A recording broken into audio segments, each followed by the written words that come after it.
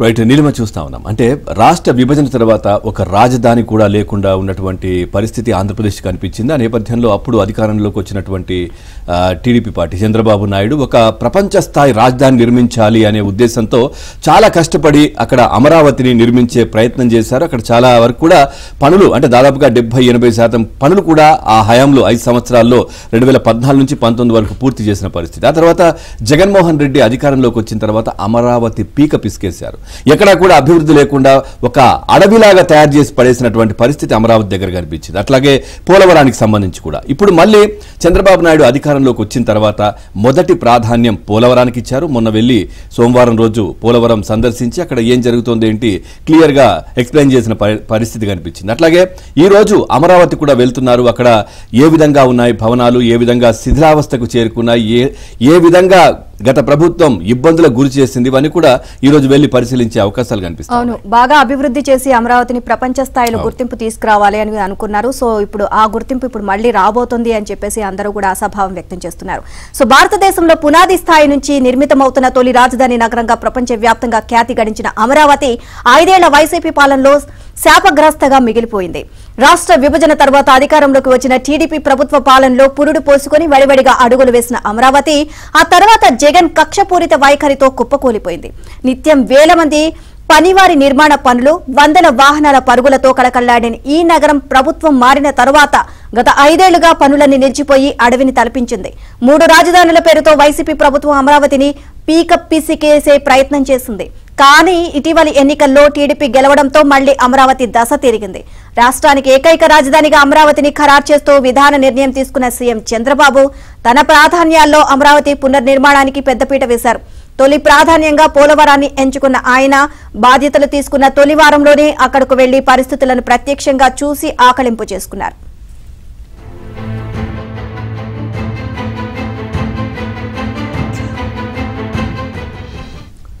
ఇక ద్వితీయ ప్రాధాన్యంగా అమరావతిని ఎంపిక చేసుకుని ఆయన ఇవాళ రాజధాని ప్రాంతాన్ని పరిశీలించి అక్కడ గత 5 ఏళ్లలో ఏం జరిగిందో చూడాలని నిర్ణయించుకున్నారు.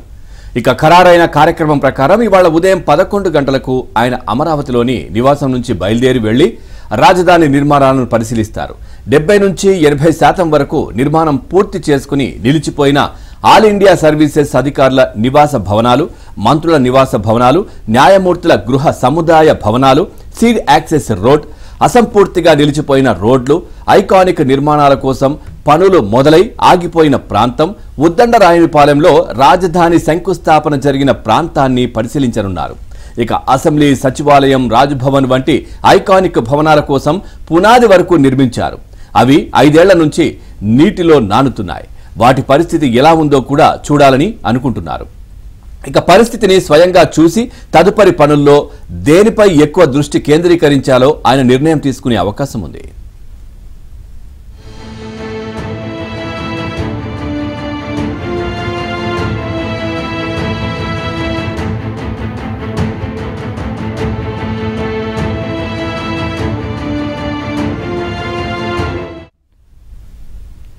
రాష్ట్ర రాజధానిగా అమరావతిని దేశంలోని వినూత్న నగరంగా నిర్మించాలని నాటి టీడీపీ ప్రభుత్వం నిర్ణయించింది.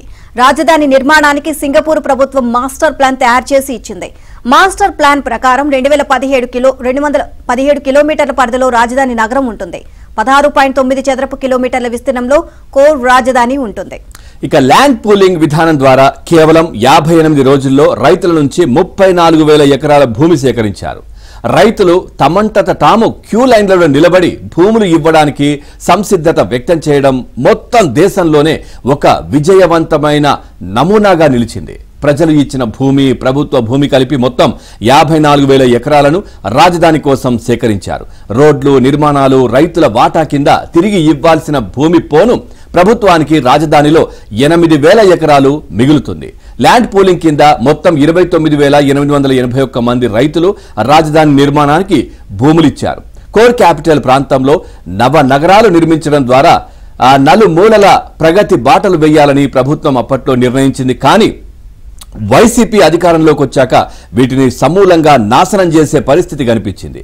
సో ఇదే అంశానికి సంబంధించి మరింత సమాచారాన్ని మా కరెస్పాండెంట్ పూర్ణని అడిగి తెలుసుకుందాం.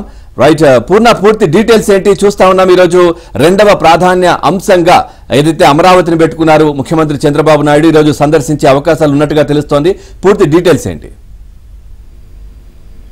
పవన్, ఏదైతే చంద్రబాబు ముఖ్యమంత్రిగా బాధ్యతలు స్వీకరించిన తర్వాత మొదట ప్రాధాన్యత అంశంగా పోలవరం వెళ్లి మొత్తం కూడా అక్కడ స్థితిగతుల్ని, పోలవరం యొక్క పరిస్థితి మొత్తం కూడా పరిశీలించి వచ్చారు. ఇక తన రెండో పర్యటనలో భాగంగా రాజధాని ప్రాంతంలో ఈ రోజు మధ్యాహ్నం 11 గంటల నుంచి ఆయన పర్యటించి మొత్తం కూడా క్షేత్రస్థాయిలో పనులన్నీ కూడా పరిశీలించి ఏ విధంగా ఉన్నాయో చూడాలని చెప్పి ఆయన ఒక నిర్ణయం తీసుకుంటున్నారు. ముందు ఏదైతే ప్రజావేదిక కూల్చివేసిన ప్రాంతం నుంచి ఆయన పర్యటన మొత్తం కూడా బయలుదేరుతుంది. ఎందుకంటే ఫస్ట్ ఏదైతే ఉన్నవల్లో ఉన్న ప్రజావేదిక అంటే వైసీపీ నిరంకుశత్వానికి ప్రత్యేక సాక్షిగా నిలిచిన ప్రజావేదిక నుంచి ఆయన మొత్తం కూడా పర్యటన ప్రారంభమవుతుంది. అక్కడ నుంచి తర్వాత నేరుగా సీడ్ యాక్సెస్ రోడ్డు, ఆ తర్వాత ఆ సీడ్ యాక్సెస్ రోడ్డు సమీపంలో గల భవనాలు ఏదైతే జడ్జి క్వార్టర్స్ కావచ్చు, లేకపోతే మంత్రులు, ఎమ్మెల్యేలు, అలాగే ఐఏఎస్ ఆఫీసర్స్ కి అందరికీ నిర్మాణం అంటే దాదాపు 80-90% పూర్తి చేసుకున్న నిర్మాణ భవనాలని ఆయన అక్కడ పరిశీలిస్తారు. అలాగే 2015 అక్టోబర్ 22న ఉద్దండరాయపాలెంలో రాజధాని శంకుస్థాపన చేసిన ప్రాంతాన్ని కూడా చంద్రబాబు సందర్శించబోతున్నారు. ఎందుకంటే అక్కడ అప్పుడు ప్రధాని మోదీ వచ్చి అక్కడ శంకుస్థాపన చేశారు. ఆ ప్రాంతాన్ని కూడా ఆయన కూడా పరిశీలిస్తారు. ఆ తర్వాత సీడ్ యాక్సెస్ రోడ్ తో పాటు ఆల్ ఇండియా సర్వీసెస్ అధికారుల, మంత్రులు, న్యాయమూర్తులు, గృహ సముదాయాలను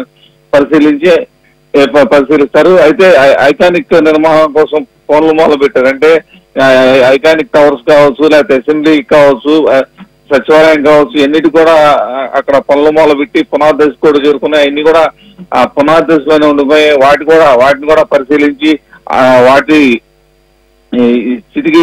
స్థితిగతులు ఎలా ఉన్నాయి ఏంటి అనేది కూడా తెలుసుకుంటారు. అయితే గతంలో ఎప్పుడైతే ప్రతిపక్ష నేతగా రాజధాని పర్యటనకు వెళ్ళినప్పుడు చంద్రబాబును వైసీపీ నాయకులు అడ్డుకున్న పరిస్థితి అప్పుడు నెలకొంది. ఎందుకంటే ఆ వైసీపీ ప్రభుత్వం కూడా అప్పుడు ప్రతిపక్ష నేతగా చంద్రబాబు ఆ ప్రాంతంలో పర్యటించినప్పుడు కూడా అడ్డుకున్న పరిస్థితి కూడా ఈ సందర్భంగా గుర్తు చేసుకోవాలి. ఎందుకంటే ఇప్పుడు ముఖ్యమంత్రి హోదాలో రాజధాని ప్రాంతంలో పర్యటించి నిర్మాణ స్థితిగతులన్నింటినీ పరిశీలించి మొత్తం కూడా దాని మీద ఒక సొల్యూషన్ అనేది మొత్తం కూడా చూసుకునేందుకు ఈ పర్యటన చాలా ఉపయోగపడుతుందని కూడా చెప్తున్నారు. ఎందుకంటే ప్రధానంగా చూస్తే కనుక అటు ఏదైతే వైసీపీ అధికారంలోకి వచ్చిన తర్వాత 3 రాజధానుల పేరుతో మొత్తం కూడా అమరావతిని ఈ చిట్టడుగుగా మార్చి పారేసిన పరిస్థితి నెలకొంది. మొత్తం కూడా ఏదైతే 2014 నుంచి 19 వరకు శరవేగంగా అక్కడ రాజధానిలో పనులు జరిగాయో ఆ ప్రాంతం మొత్తం కూడా 2019 నుంచి మొన్న 24 వరకు చూస్తే కనుక మొత్తం అక్కడ చిట్టడుగుని కనిపించే విధంగా మొత్తం కూడా పిచ్చి మొక్కలు, పెద్ద పెద్ద వృక్షాలన్నీ పెరిగిపోయి ఉన్నాయి.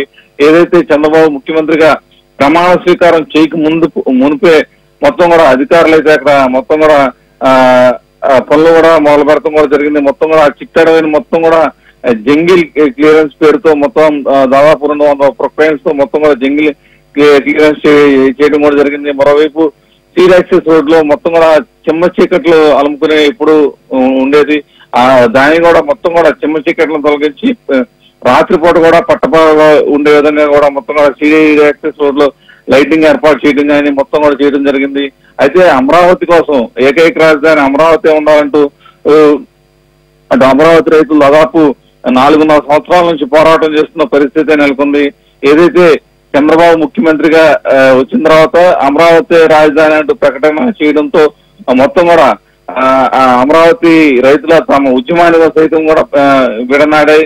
మొత్తం కూడా రాజధానికి పూర్వవైభవం వచ్చిందని చెప్పి మొత్తం కూడా రాజధాని ప్రాంత రైతులు చాలా ఆస్తిగా ఎదురు చూస్తున్న పరిస్థితి నెలకొంది. ఎందుకంటే ఖచ్చితంగా చంద్రబాబు మొత్తం కూడా దీనికి పూర్వవైభవం తీసుకొస్తారని చెప్పి పెద్ద నమ్మకంతో వారంతా కూడా అక్కడ ఉన్న పరిస్థితి నెలకొంది. ప్రధానంగా చూస్తే కనుక దాదాపు 2 సంవత్సరాల నుంచి రాజధాని రైతులకి కౌలు ఇస్తున్న పరిస్థితి కూడా లేదు. ఎందుకంటే వాళ్ళంతా కూడా 58 రోజుల్లో దాదాపు 33,000 ఎకరాలు రాజధాని కోసం ఇచ్చారు. మొత్తం కూడా ఆ ఇచ్చిన దానికి ప్రతి సంవత్సరం కొంత కౌలు చెల్లించాల్సి ఉండేది. అయితే గత 2 సంవత్సరాలుగా కౌలు అనేది ఎక్కడ చెల్లించిన పరిస్థితి రాజధాని రైతులు లేదు. అయితే ఇప్పుడు చంద్రబాబు దీని మీద ఒక నిర్ణయం తీసుకుంటాడు. ఈ రోజు చాలా స్పష్టమైన ప్రకటన కూడా దాని మీద వచ్చే అవకాశం ఉంది. రాజధాని నిర్మాణానికి సంబంధించి ఈ రోజు చంద్రబాబు దాని మీద ఒక అనౌన్స్మెంట్ కూడా చేయబోతున్నారని కూడా తెలుస్తుంది. ఎందుకంటే ఆ నిర్మాణాలు ఇప్పటికే 2.5 సంవత్సరాల్లో పూర్తి చేస్తామని చెప్పి నారాయణ కూడా తెలపడం కూడా జరిగింది. ఎందుకంటే నారాయణ మంత్రిగా బాధ్యతలు స్వీకరించిన తర్వాత